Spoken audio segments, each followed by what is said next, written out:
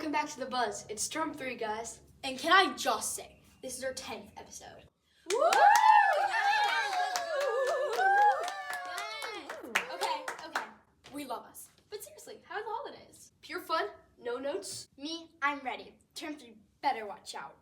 Love the energy. But before we step forward, can we take a quick flashback? The end of March was super busy. Yeah, it was. Oh yeah, we had the Cherry Blossom Festival. And the Grade 5 exhibition. And don't forget about the Grade 9 and 10 play, Chaos. No wonder we need a holiday. We also had the DP Deep Democracy Workshop. Let's take a look. We have this same sentence that we should ban phones at the DP next year. And what we can do is now just give a statement about this, whether it is an agreement, a disagreement, a doubt, a concern, okay? And the way I would do it, I would take a space in the room where I'm casting myself away from the group, and I will make my statement. And each and every one of you will have an opinion about it. So if you were to strongly agree with what I would say, you would naturally come towards me to show your agreement, okay? However, if you strongly disagree with the statement, you walk away. So if I start, I think we should actually ban the phones because I'm not seeing any good coming out of spending a few hours of your free time on the phones when you have a free period. We already have restrictions in place for our phones, and there's only certain areas we can use them, which is the common room and in the reception. So I think that if we already have those restrictions in place, we can't use them in classrooms anyway.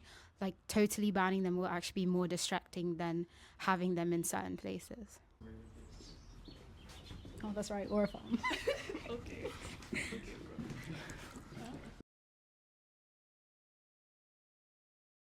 The line of resistance really lie where the no tilt into the yes. Okay, who's going to be yes, who's going to be no. And the exercise that we did earlier, moving around, is a way to break it. Because with your friends, with the people with whom you are, the group within the group, you might hold that line together. But if we start moving around and playing with agreement and disagreement, where do I stand, where do I not stand? We start blurring it a little bit. So we're going to go into that debate, all right? But we're going to do it in a different way. I'm going to collect some ideas from you, and we're going to start arguing from the majority's view. When I lived in Israel, you could use phones anywhere with any age, and that created an environment where phones aren't needed all the time. It's kind of like when you don't have something, you want it more. Obviously, they're not allowed in classrooms already, but they shouldn't be in certain places. Maybe you ban certain things. If you're playing games in the common room and yelling and being loud, then your phone should be taken away. Things like that. Whereas it should not be a full ban of phones everywhere, because that would just it would create kind of negativity within the school. This is the first round, okay? Now we'd like us to actually go and try to argue the other side. So let's try to see what could be the reason, because obviously there was a minority side here, okay? Let's try to tap in our group wisdom and our collective intelligence. I think that we should ban phones in school because then we'd be more communicative with our other peers and actually engage in more social activities that don't have to do with anything online. I think one positive to banning phones would be that in our free times, in our free periods, we'd probably be a bit more motivated to be productive and work on stuff, so it wouldn't be as much of a workload for when we get home. I was just going to say one reason that would be a good one to ban phones is that it does affect people's focus and ability to concentrate in class.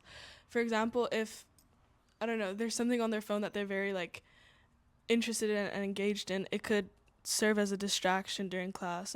Instead of focusing on what's going on in the lesson, they're thinking about what they're going to do after the lesson. And spending time on the other side of the argument is really meaningful. I mean, the stuff you've just come up with, guys, even though you're arguing against what you think, there is something that came from the group wisdom there. You've tapped into your collective intelligence. So here's the magic question, because at this stage of a debate, we would do a vote. I would want to know if any of the conversation we've had has started to shift a little bit your view on it. So here's this magic question. If it was to happen, what would it take for you to go along with it? I'm hearing both sides of what you see the problem is. So using these tools that we've used today allows everyone in some ways to get that decision. We're super animals and we are exhibiting about pet therapy and assistive animals. I'm Isabella. My name's Anna. My name's Bibo. My name is Sasha. So I choose this topic because I love animals and I just really want to learn how pet therapy works. I chose this topic because I want to see how animals can help people in many different ways. I chose this topic because I have a dog myself and I like seeing how other animals can help people. I chose this topic because I love seeing how animals can change people's lives. The most challenging part for me was the creative part. We're making cardboard dogs from our home country. So this is one of the dogs, and it was really challenging because we had to sketch them on the cardboard, and we also had to cover them with the paper. That was really challenging too. For me, the hardest part was also the creative element because putting the paper, we had to restart, I think, 2 times because the first time we just put it like all over the place and it looked really bad. And then the second time we got it because we were more organized and we did it like a puzzle.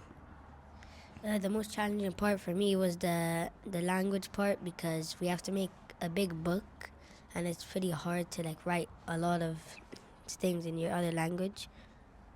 The most challenging thing was for me is when we were coming up with the ideas and for example like how we're gonna take action, also the art piece.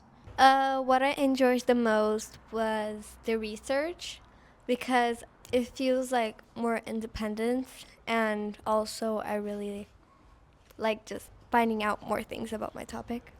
My favorite part was the field trip and the interviews because for the interviews we got a lot of information that's just really useful, and the field trip because we saw a therapy dog called Mitzi that was still in training, but we got to see how it was. My favorite part was also the interviews and the field trips because we got a lot of information and it was really fun. My favorite part of this exhibition was the research because I felt independent, the same like Isabella, and also it was just fun to research. Maybe like I was thinking like an event that someone from the place that we went to at our field trip, Mayhew, could come and explain what is pet therapy. For me, at the start, I was a little nervous because I did not think we'd finish everything in 8 to 9 weeks. At the beginning, I was also a bit nervous and a bit scared if we have time to finish all the projects. But now, with our group, I feel like we can make it. I think we should lobby in weekly pet therapy for all students. I'm in!